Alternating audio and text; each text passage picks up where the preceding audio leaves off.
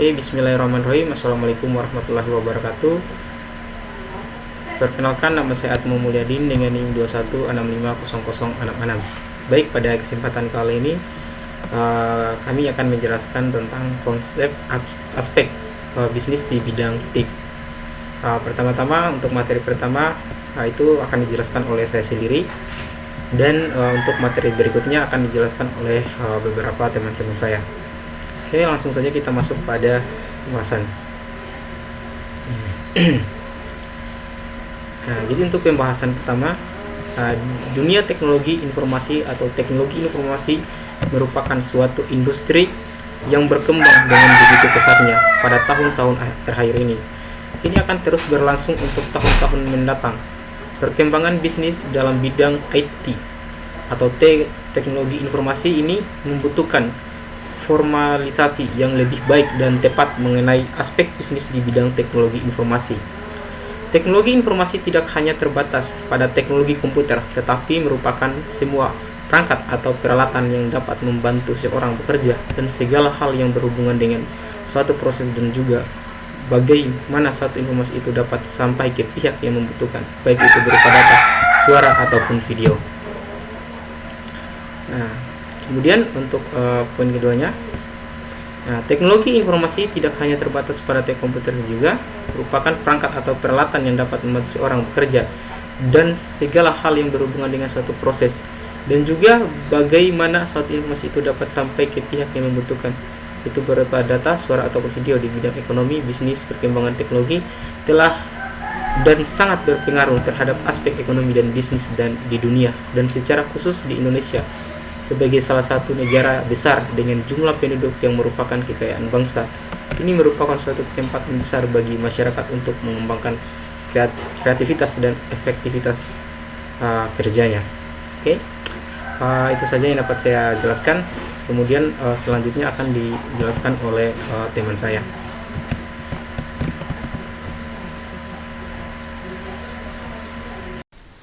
Assalamualaikum warahmatullahi wabarakatuh. Perkenalkan, nama saya Aditya Bimanyu dengan NIM 21650070 dari kelompok 4. Oke, di sini saya akan mempresentasikan hasil dari PPT yang telah dibuat oleh kelompok kami. Langsung saja masuk ke materinya. Dunia teknologi informasi atau TI merupakan suatu industri yang berkembang dengan begitu pesatnya pada tahun terakhir ini. Ini akan terus berlangsung untuk tahun-tahun mendatang. Perkembangan bisnis dalam bidang TI ini membutuhkan formalisasi yang lebih baik dan tepat mengenai aspek bisnis di bidang teknologi informasi. Oke, sini prosedur pengadaan tenaga kerja. 1. Perencanaan tenaga kerja. Perencanaan tenaga kerja adalah penentuan kuantitas dan kualitas tenaga kerja yang dibutuhkan dan cara memenuhinya. Penentuan kuantitas dapat dilakukan dengan dua cara, yaitu time mutation study dan peramalan tenaga kerja. Sedangkan penentuan kualitas dapat dilakukan dengan job analysis. Job analysis terbagi menjadi dua, yaitu job description dan job specification atau job requirement. 2. Penarikan tenaga kerja. Penarikan tenaga kerja diperoleh dari dua sumber, yaitu sumber internal dan sumber eksternal. Dua aspek penting dalam pengembangan bisnis yang berhubungan dengan teknologi informasi adalah infrastruktur dan sumber daya manusia atau SDM. Selain kedua aspek tersebut, tentunya masih banyak aspek lain seperti finansial. Namun, lemahnya infrastruktur dan kelangkaan SDM merupakan penyebab utama lambatnya bisnis IT. B. Prosedur pendirian badan usaha IT. Dari beberapa referensi dijelaskan, lingkungan usaha dapat dikelompokkan menjadi dua faktor, yaitu faktor lingkungan, faktor ekonomi, dan faktor lingkungan non-ekonomi. Faktor lingkungan ekonomi meliputi segala kejadian atau permasalahan penting di bidang perekonomian nasional yang dapat mempengaruhi kinerja dan kelangsungan hidup dari suatu perusahaan. Sedangkan faktor lingkungan non-ekonomi merupakan peristiwa atau isu yang menonjol di bidang politik, keamanan, sosial, dan budaya yang mempengaruhi kelangsungan hidup pelaku usaha. Oke, baik. Sekian yang bisa saya sampaikan. Materi selanjutnya akan dibawakan oleh teman saya.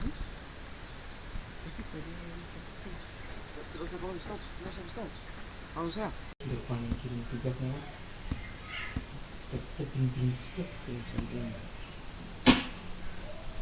Assalamualaikum warahmatullahi wabarakatuh.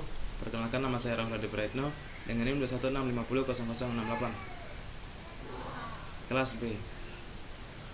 Di sini saya akan melanjutkan materi yang dibawakan oleh teman saya tadi. Pada pembahasan ini kami mengelompokkan berbagai ragam lingkungan eksternal menjadi 5 dimensi. Lingkungan eksternal perusahaan. Klasifikasi dimensi lingkungan eksternal kegiatan usaha ada sebagai berikut. Yang pertama, perekonomian global dan kerjasama internasional ekonomi. 2. Membangun perekonomian nasional dalam kurung ekonomi. 3. Politik, hukum, dan perundang-undangan yaitu non-ekonomi. 4. Teknologi non-ekonomi. Dan terakhir, demografi, sosial, dan budaya non-ekonomi.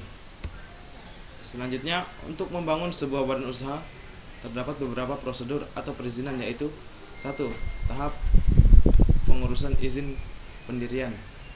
Bagi perusahaan skala besar, hal ini menjadi prinsip yang tidak boleh dihilangkan demi kemajuan dan pengakuan atas perusahaan yang bersangkutan. 2. Tahapan pengesahan menjadi badan hukum. Tidak semua badan usaha mesti berbadan hukum. 3. Penggolongan menurut bidang yang dijalaninya. Pada usaha dikelompokkan ke dalam berbagai jenis berdasarkan jenis bidang kegiatan yang dijalaninya. 4. Tahapan pendapatan, pengakuan, pengesahan, dan izin dari departemen lain yang terkait.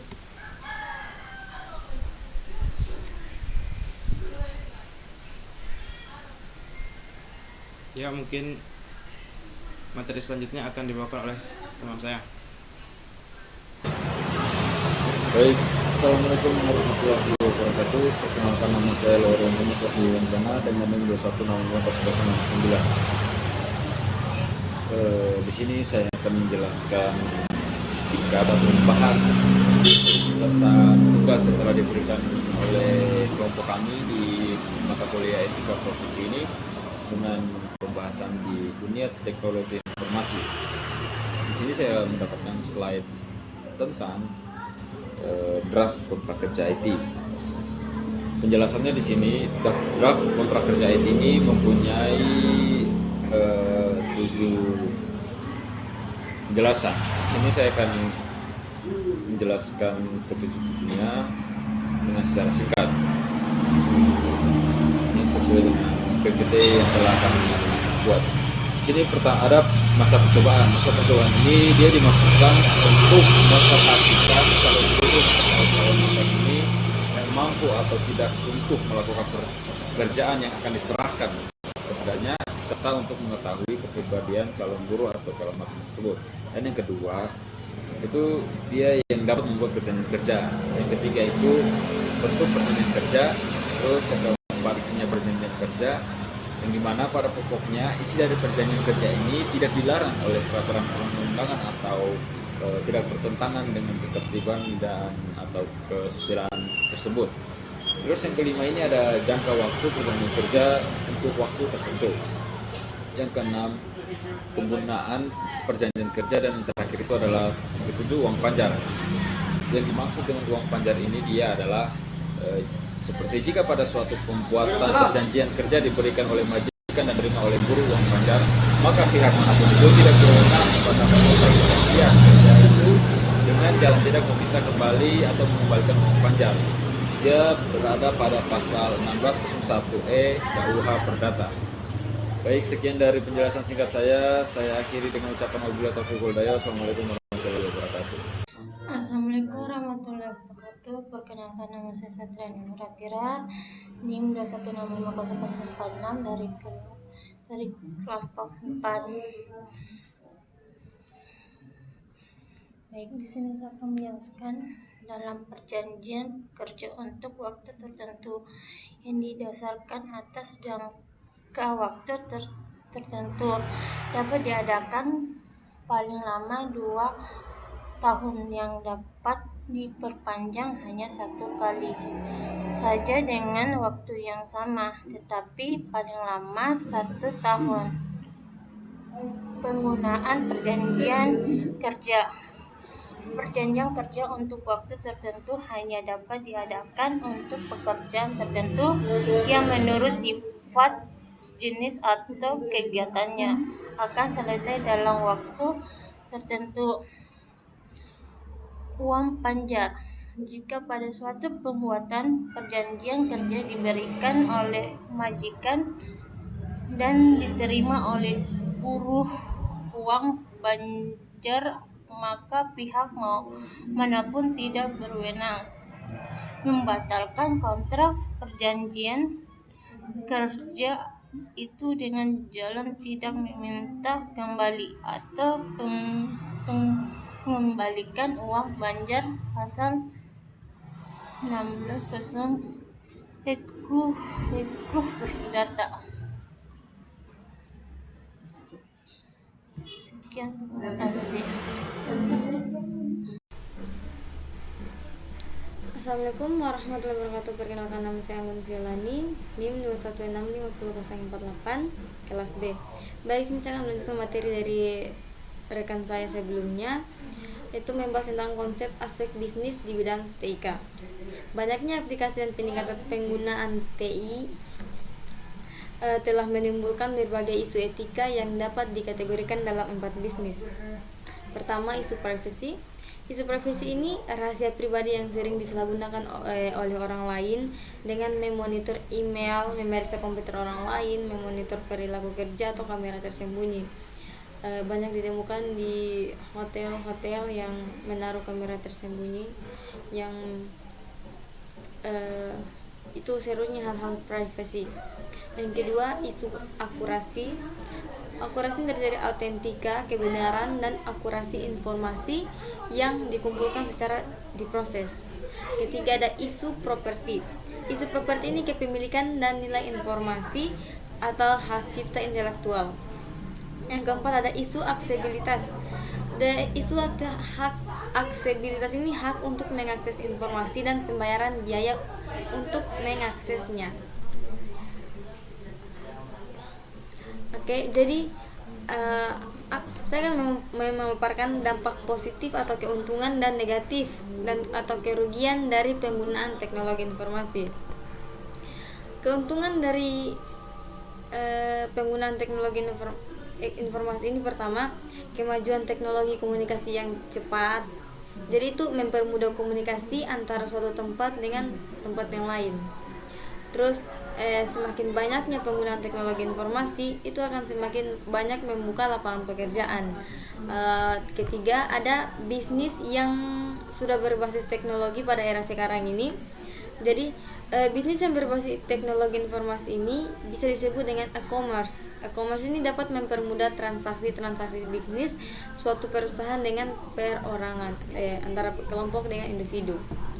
Lalu yang keempat, ada informasi yang dibutuhkan akan semakin cepat dan mudah diakses untuk kepentingan pendidikan.